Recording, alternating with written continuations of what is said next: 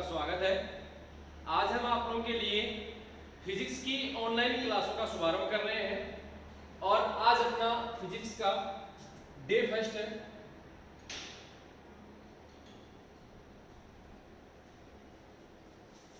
और आज हम लोग फर्स्ट डे में फर्स्ट क्लास में यहाँ सिलेबस का जिक्र करेंगे कि अपने एग्जाम में कौन सी यूनिट से अपने फिजिक्स जो है वो यूनिट में डिवाइड कर रखी है, कौन सी यूनिट से कितने नंबर के क्वेश्चन आते हैं और अपने एग्जाम में किस किस लेवल के क्वेश्चन आते हैं उन सब के बारे में अपने यहाँ पे जिक्र करेंगे। तो देखो, सबसे पहली चीज क्या है कि अपना जो इस समय पूरे देश में जो महामारी चल रही है, कोरोना काल चल रहा है, इस कोरोना काल में अपना जो स्टडी का समय है ये लगभग 2 महीने निकल चुके हैं, समय अपना कम हो गया। कुछ लोगों का ये भी कहना है कि पूरा सिलेबस नहीं आएगा, सिलेबस में करेक्शन होगा, कम ज्यादा होगा। तो सिलेबस में करेक्शन होगा वो बाद की बातें हैं। आज जो अपने सिलेबस में जो कम या ज्यादा होगा, मान लो कि 5% 10% कम कर दिया, तो केवल आप लोगों के 12th क्लास के लिए ही यूजफुल है। 12th क्लास में आप लोग उस सिलेबस कम सिलेबस को पढ़ के, जितना आप लोगों का लिमिटेड जो आप लोगों का सिलेबस दिया गया है उसको पढ़ के आप लोग अच्छी परसेंटेज तो बना लेंगे। लेकिन जैसे आप लोग आगे साइंस के जो स्टूडेंट होते हैं वो मैथ या बायो के स्टूडेंट होते हैं, मैथ और बायो के स्टूडेंट जब आगे 12th क्लास के बाद में जो प्रिपरेशन करते हैं उसमें आप लोग के सिलेबस पूरा आएगा। मान लो आज 10% 5% या 1-2 चैप्टर कम कर दिए, लेकिन वो चैप्टर फिर आप लोग 12th क्लास के बाद में आप लोगों को पढ़ना पड़ेगा। आप लोगों को पता है मैथ की 2 कैटेगरी होती है, इसकी साइंस की 2 कैटेगरी होती है, जिसमें एक होती है मैथ्स और एक होती है बायो। मैथ्स की 2 कैटेगरी होती है। कुछ स्टूडेंट होते हैं वो आईआईटी की प्रिपरेशन करते हैं और कुछ स्टूडेंट जो होते हैं वो डिफेंस में, नेवी और एयरफोर्स की तैयारी करते हैं। ठीक है, नेवी और एयरफोर्स की जो तैयारी करते हैं वो स्टूडेंट फिजिक्स का 100% जितना आप लोगों का सिलेबस है, जितना 12th क्लास का जो सिलेबस है पूरा 100% सिलेबस पढ़ना पड़ेगा। एग्जाम में आएगा आप लोग के आईआईटी वाले स्टूडेंट हैं उनके लिए भी वही कंप्लीट आएगा। और बायो की अपन बात करें, बायो वाले स्टूडेंट जो होते हैं वो जो नीट की तैयारी करते हैं उनके लिए भी वही पूरा सिलेबस आएगा। तो आज भले आप लोग के 12th क्लास में मान लो कि 20% कोर्स आप लोग का कम कर दिया हो, 12th क्लास में आप लोग जो शेष बचा हुआ 80% है, 80% सिलेबस पढ़ के आप लोग अच्छे मार्क्स ले आते हैं, अच्छी परसेंटेज बना लेते हैं। लेकिन समस्या कहाँ आएगी? जब आप लोग यहाँ इनकी एग्जाम देंगे तब वहां आप लोगों के पूरा सिलेबस आएगा। तो ये जो 20% सिलेबस आज आप लोगों का जो कम हो रहा है वो यहाँ नए सिरे से आप लोगों को पढ़ना पड़ेगा। तो मेरी आप लोगों की पर्सनल सलाह यही है, मैं आप लोगों को यही कहना चाहता हूँ कि आप लोगों का जो सिलेबस है पूरा पढ़ें। अभी जो समय है आप लोगों का निकल रहा है और ये मान लो कि निकलता ही जा रहा है, इस समय को आप लोग वेस्ट ना करें, समय का सदुपयोग करते हुए आप लोगों को पूरा सिलेबस पढ़ना है। आज हम लोग यहाँ पर पूरे सिलेबस का जिक्र करेंगे क्योंकि ये जो कोरोना काल है इसमें स्टडी नहीं हो रही है और स्टडी नहीं होने की वजह से स्टूडेंटों में कई प्रकार की मानसिकता आ जाती है, कई प्रकार के मानसिक रोग हो जाते हैं, जैसे चिड़चिड़ापन होना, कई प्रकार के उदासी रहना, स्टडी से दूरी बना लेना, घर वालों के कहने पर बुरा मानना। तो इन सब से आप लोग को छुटकारा पाने के लिए आप लोग की स्टडी को कंटिन्यू रखें। फिजिक्स के आप लोग के डे बाय डे आप लोग का वीडियो आता रहेगा, आप लोग देखते रहिए। और इसमें जो आप लोग का फिजिक्स का 12th क्लास का जो सिलेबस है उस सिलेबस को एक बार आप लोग यूनिट के हिसाब से, अपना जो सिलेबस है उसको टोटल 10 यूनिट में डिवाइड कर रखा है, तो उसके अकॉर्डिंग अपन देख लेते हैं। एक बार अपन थोड़ा सा डिस्कस कर लेते हैं कि अपने कितने मार्क्स की एग्जाम वगैरह होती है, किस हिसाब से कितने क्वेश्चन आते हैं, एक बार उसका थोड़ा सा अपन यहाँ जिक्र कर लेते हैं।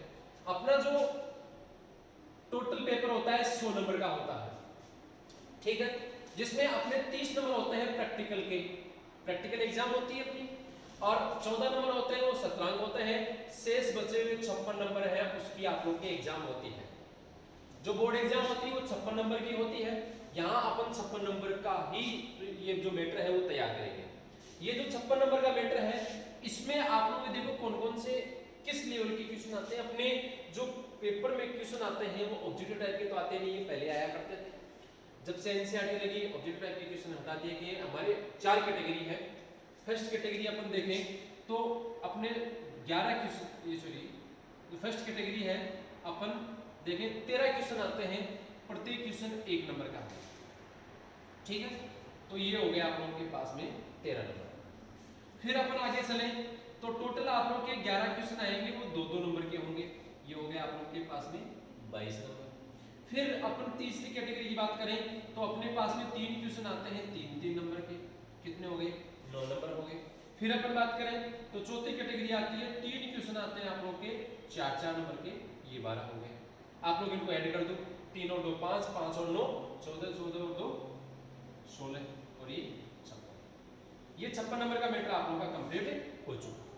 ये जो 56 नंबर का मैटर है, इसमें देखो ये जो एक नंबर के जो क्वेश्चन होते हैं, ये अपने को वैसे जब आप क्वेश्चन को पढ़ोगे तो कुछ लोगों का, कुछ स्टूडेंट्स का मानना यह है कि क्वेश्चन थोड़े से टफ आते हैं सर, टफ बिल्कुल नहीं आते हैं। और बायो वाले स्टूडेंट होते हैं उनके लिए तो ये भी कहना है कि सर फिजिक्स बहुत टफ लगती है। क्यों? क्योंकि बायो वाले स्टूडेंट होते हैं वो बायो में थ्योरी ज्यादा पढ़ते हैं, और थ्योरी ज्यादा पढ़ने की वजह से उनका जो हैबिट है वो एक रट्टालॉजी टाइप में बन जाता है, जबकि फिजिक्स को रटा नहीं जाता, इसको समझा जाता है।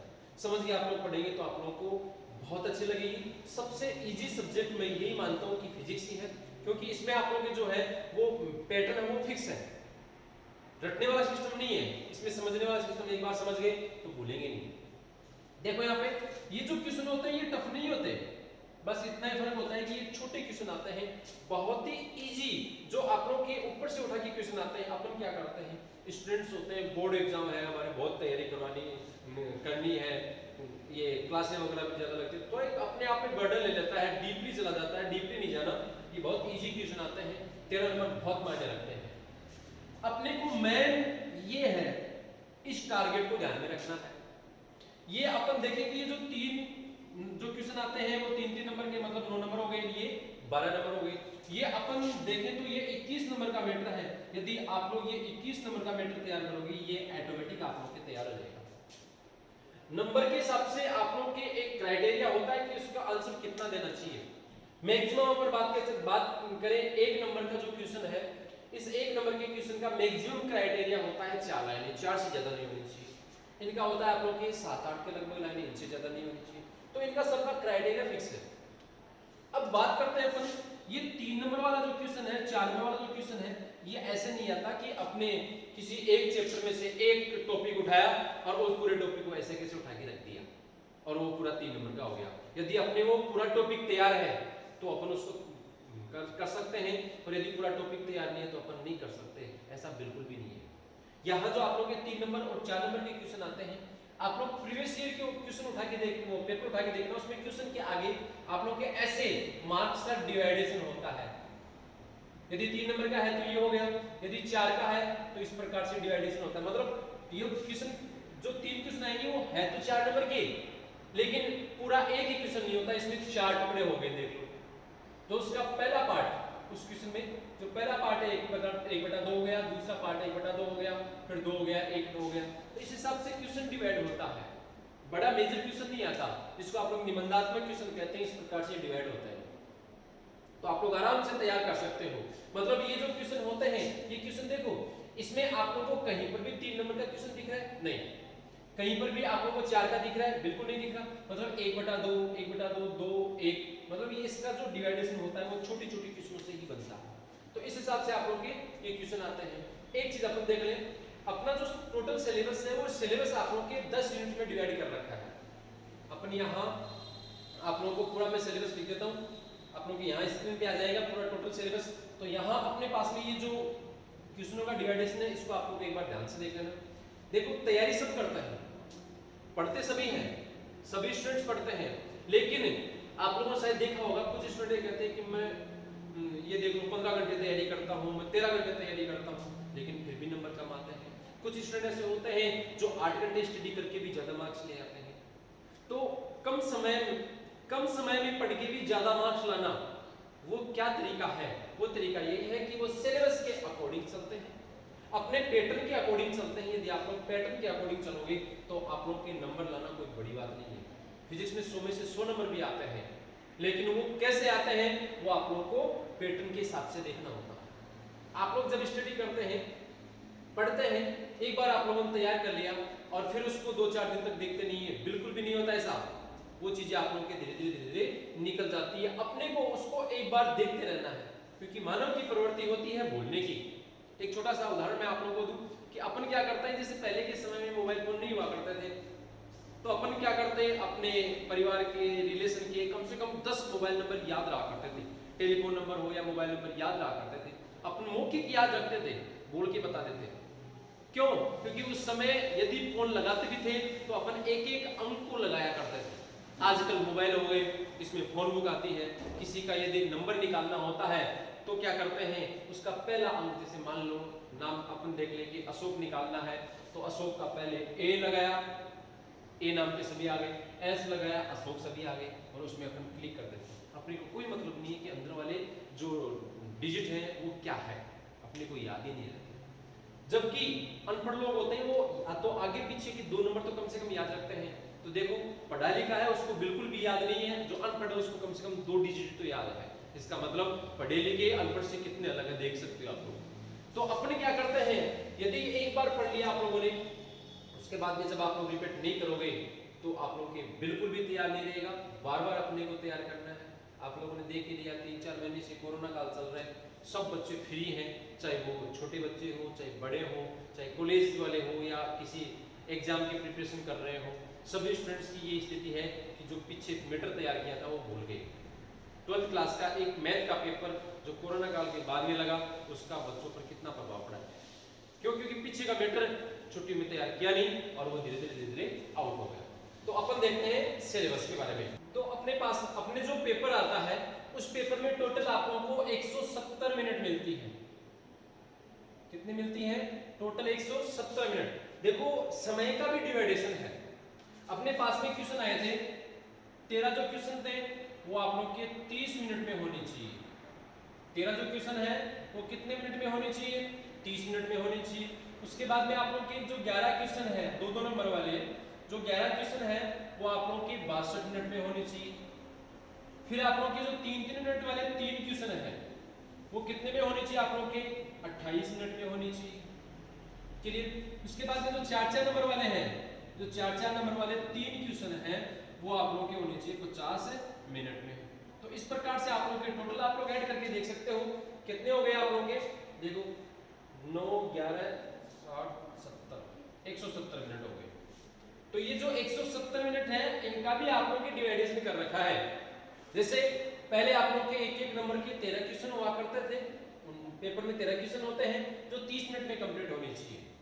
जो 11 क्वेश्चन होते हैं 2-2 नंबर वाले वो 62 मिनट में कंप्लीट होने चाहिए।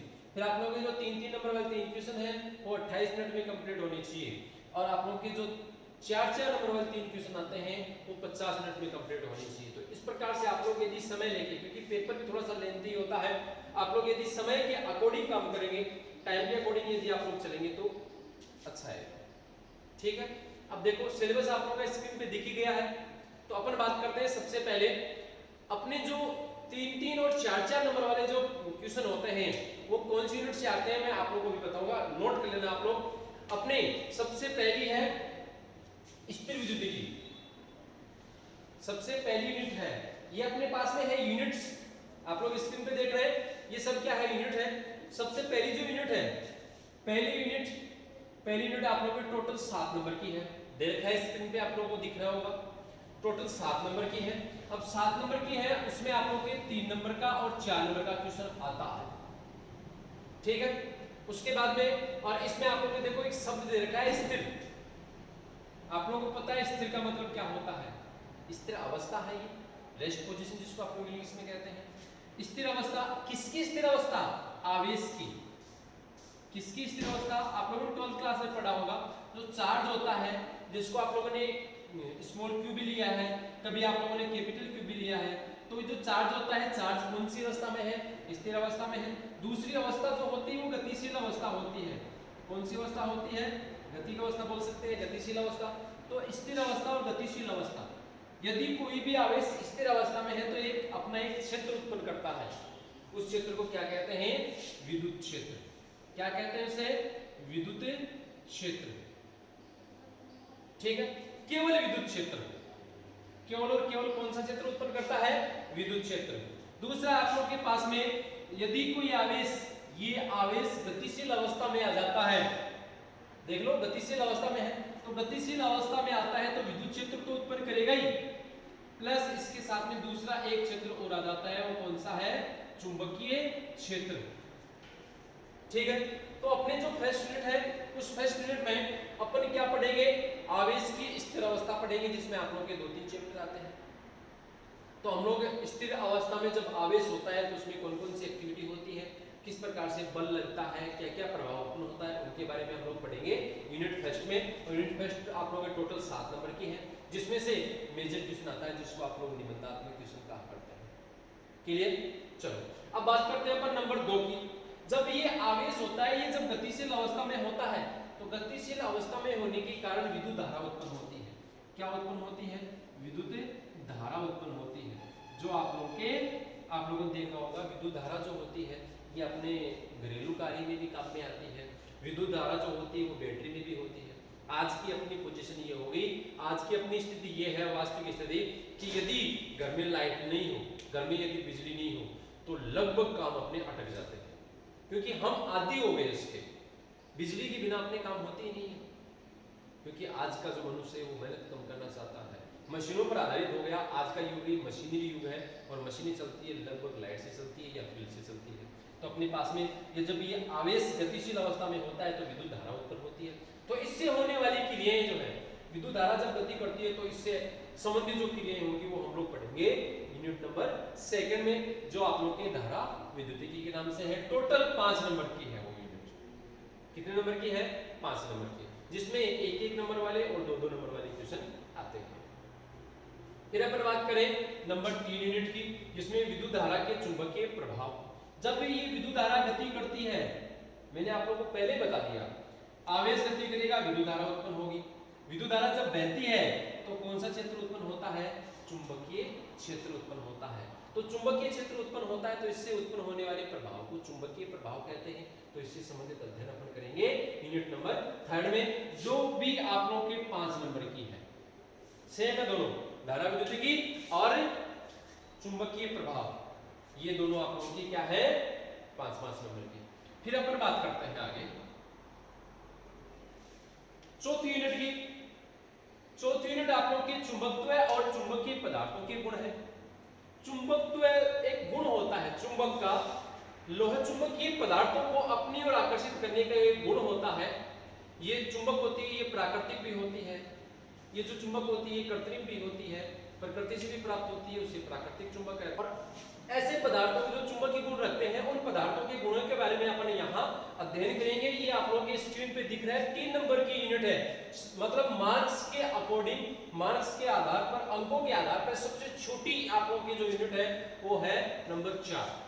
क्लियर? मतलब सबसे कम नंबर की जो यूनिट है वो आप लोगों की है चुंबकीय जो पदार्थ होते हैं उनके गुणों के बारे में अध्ययन करना, और जो चुंबकीय पदार्थ होते हैं उनका जो चुंबकत्व होता है, जो चुंबक मतलब लोहे चुंबकीय पदार्थों को अपनी ओर आकर्षित करने का जो गुण होता है, उससे संबंधित अपन अध्ययन करेंगे।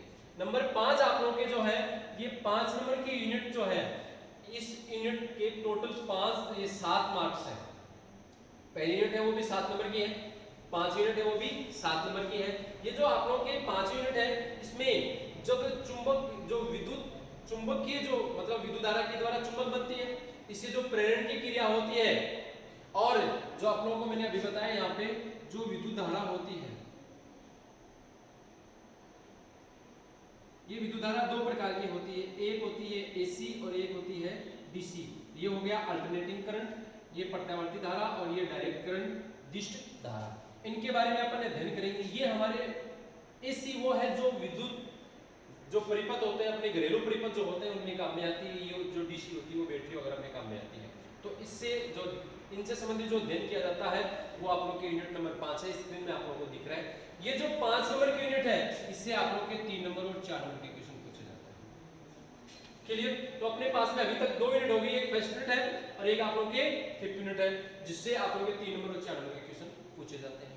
छठवां जो यूनिट है वो आप लोग के नंबर के हिसाब से, मार्क्स के हिसाब से सबसे बड़ा यूनिट है, प्रकाशिकी, जिसमें प्रकाश से संबंधित अध्ययन किया जाता है। सौर ऊर्जा जो होती है उससे संबंधित अध्ययन किया जाता है, चाहे वो बल्ब से आए, चाहे आप लोगों के सूर्य से आए, उससे संबंधित अध्ययन जो किया जाता है उसमें आप लोगों के 2 चैप्टर आएंगे।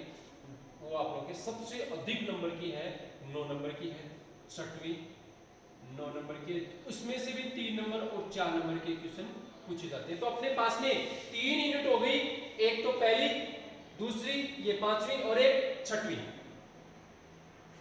तो पहली, 5वीं और 6वीं ये 3 यूनिट ऐसी हैं जिनमें से 3 नंबर 4 नंबर के मतलब जो निबंधात्मक क्वेश्चन आते हैं वो इन 3 यूनिट से आते हैं। 7 यूनिट की अपन बात करें तो जो प्रकाश होता है, प्रकाश से विद्युत धारा उत्पन्न होती है, जो प्रभाव होता है इसके बारे में अपन अध्ययन करते हैं। ये टोटल 4 नंबर की आप लोगों की। जैसे सोलर प्लेट आप लोगों ने देखा होगा, सोलर प्लेट जो होती है उसमें प्रकाश जो प्रभावी होता है। सोलर प्लेट में क्या होता है, प्रकाश जो प्रभाव होता है। अब आगे अपन बात करते हैं तो आप लोगों के 8 नंबर की जो इकाई है, यूनिट है, वो केमिस्ट्री पे डिपेंड है। केमिस्ट्री में एक आप लोगों ने परमाणु और एक नाभिक, परमाणु और नाभिक दोनों के बारे में आप लोगों ने पढ़ा होगा। परमाणुीय भौतिकी और नाभिकीय भौतिकी इन दोनों के बारे में आप लोगों ने पढ़ा है। ये केमिस्ट्री की यूनिट है तो आप लोग केमिस्ट्री में भी इसको पढ़ेंगे और यहाँ फिजिक्स में भी इसको पढ़ेंगे। यदि केमिस्ट्री में पढ़ते तो यहाँ अपने आप लोग के 6 नंबर तैयार हो रहे हैं, यहाँ पढ़ेंगे तो 6 नंबर तो यहाँ तैयार होंगी, केमिस्ट्री में भी आप लोग के मार्क्स तैयार होंगे। तो इस प्रकार से आप लोग के ये जो 8 यूनिट है ये 6 नंबर की होगी, इसमें आप लोग देख रहे हैं। जो 9वीं यूनिट है ये है इलेक्ट्रॉनिकी, जिसमें आप लोगों ने देखा होगा कंप्यूटर हो, टीवी हो, आप लोगों के मोबाइल हो, इनमें जो वायर होते हैं वो छोटे छोटे डायोड हो गया, ट्रांजिस्टर हो गया, आईसी होगी, इन सब में डिवाइड हो गया। मतलब पहले के समय में कंप्यूटर बनाया जाता था वो लगभग एक कमरे जितना बड़ा हुआ करता था, क्योंकि उसमें लाखों हजारों तार हुआ करते थे। इनको सबको धीरे धीरे छोटा करते करते एक ऐसी स्थिति बन गई कि आज जो कंप्यूटर है वो जेब में आने लग गया। क्यों? क्योंकि उसका आकार कम हो गया। इनमें जो युक्तियां काम में ली जाती है वो कौन सी होती है? इलेक्ट्रॉनिक युक्ति, जिसको हम लोग कहते हैं अर्धचालक युक्तियां, जिसके 6 नंबर है, जिसका हम लोग यूनिट नंबर 9 में अध्ययन करेंगे। फिर अपन चलते हैं तो लास्ट यूनिट है आप लोगों के 10वीं यूनिट। ये विद्युत चुंबकीय तरंगें और इनका संचार। विद्युत चुंबकीय तरंगें ये आप लोगों ने एक्स किरणें हो गई, गामा किरणें हो गई, प्रकाश किरणें हो गई, आवर्त किरणें हो गई, रेडियो तरंगें, इन सब के बारे में अपन जो अध्ययन करेंगे वो आप लोगों के यूनिट नंबर 10 होगी। और इसमें जो संचार होता है, जैसे मोबाइल होता है, इसमें जो तरंगें कैसे आते हैं उन सब के बारे में, संचार के बारे में। और समकालीन भौतिकी जो होती है इसमें माइक्रोबाइल आप लोगों के टेक्नोलॉजी काम में आती है। माइक्रो टेक्नोलॉजी जो काम में आती है वो यूनिट नंबर 10 में है। ये टोटल आप लोग के 4 नंबर की है। तो इस प्रकार से आप लोग के ये 10 यूनिट में आप लोग का सिलेबस डिवाइड कर रखा है। टोटल आप लोग के 17 चैप्टर है। अब इनके बारे में आप लोग अपन एक एक चैप्टर लेके और उसको मार्क्स के अकॉर्डिंग अपन उसको पढ़ेंगे। यहाँ न्यूमेरिकल भी आप लोग के आते हैं। कुछ स्टूडेंट कहते हैं साइंस वाले कि सर न्यूमेरिकल तो हमें आते ही नहीं है। न्यूमेरिकल अलग से बताने वाली चीज नहीं है। न्यूमेरिकल वही है, आप लोग डेरिवेशन कर रहे हैं, फॉर्मूला आप लोग के आ रहा है। आप यदि क्वेश्चन आप लोग के समझ में आ गया तो आप लोग फॉर्मूले को उस क्वेश्चन में पुट अप कर सकते हैं, उसमें क्या निकालना है, क्या फाइंड आउट करना है, उन सब के बारे में आप लोग पढ़ सकते हैं। तो इस प्रकार से आप लोगों का आज फिजिक्स का डे फर्स्ट का ये आप लोग टेबल स्कूल बावड़ी के ऑनलाइन प्लेटफॉर्म पे ये आप लोग फिजिक्स की क्लासेस देखेंगे, जिसमें आप लोग डे फर्स्ट में सिलेबस का जिक्र किया है। तो आप लोग कंटिन्यू इस चीज को देखते जाओ, जिससे आप लोग के जो घर पे बैठ के आप लोग आलसी हो रहे हैं, चिड़चिड़ापन जो आप लोग का हो रहा है ये दूर हो सके और आप लोग की स्टडी कंटिन्यू रह सके। क्योंकि आप लोगों ने भी, आप लोग के घर वालों ने भी और जितने भी आप लोगों के रिलेटिव्स हैं उन सब ने आप लोग एक सपने के रूप में देखा। आप लोगों ने भी एक लक्ष्य लिया है, तो उस लक्ष्य को तभी आप लोग हासिल कर सकते हैं जब आप लोग अपनी स्टडी को कंटिन्यू रखेंगे। तो यदि घर पे रहो, जैसे भी आप लोगों को टाइम मिलता है, कम से कम आप लोग स्टडी को कम से कम यदि 5 घंटा आप लोग डेली स्टडी को नहीं देंगे तो आप लोगों का जो एक कहते हैं ना कि हम स्टूडेंट हैं, फिर आप लोग ये नहीं कह सकते कि आप स्टूडेंट हैं। क्योंकि स्टूडेंट वो होता है कम से कम 5 घंटे स्टडी को दे। जैसे अपन छोटा सा उदाहरण ले लेते हैं, गांव में यदि कोई किसान है, शादी ब्याह का प्रोग्राम होता है, यदि कोई भी किसान होता है कहीं पे प्रोग्राम में जाता है तो सबसे पहले वो क्या सोचता है कि मैं शाम को पता नहीं कब आऊं, मेरे खेत पे जाके जो फव्वारों का सेट होता है या जो भी उसको काम करना होता है वो क्या करता है, सुबह जल्दी उठता है या सुबह सुबह पहले अपना काम निपटाएगा, फिर जाएगा, क्या पता कितना टाइम लग जाए। तो किसान है इसलिए सबसे पहले ड्यूटी बनती है कि अपना खेत का काम देखे। तो स्टूडेंट है उसका सबसे पहला दायित्व, सबसे पहली ड्यूटी होती है कि अपनी स्टडी को समय दें। यह आप लोगों के लिए आज फर्स्ट डे था सिलेबस का था, इसलिए अपने इतना जिक्र किया है। आगे अपनी स्टडी कंटिन्यू रहेगी, अपने सिलेबस के अकॉर्डिंग अपने चैप्टर वाइज चलेंगे। ठीक है, थैंक यू।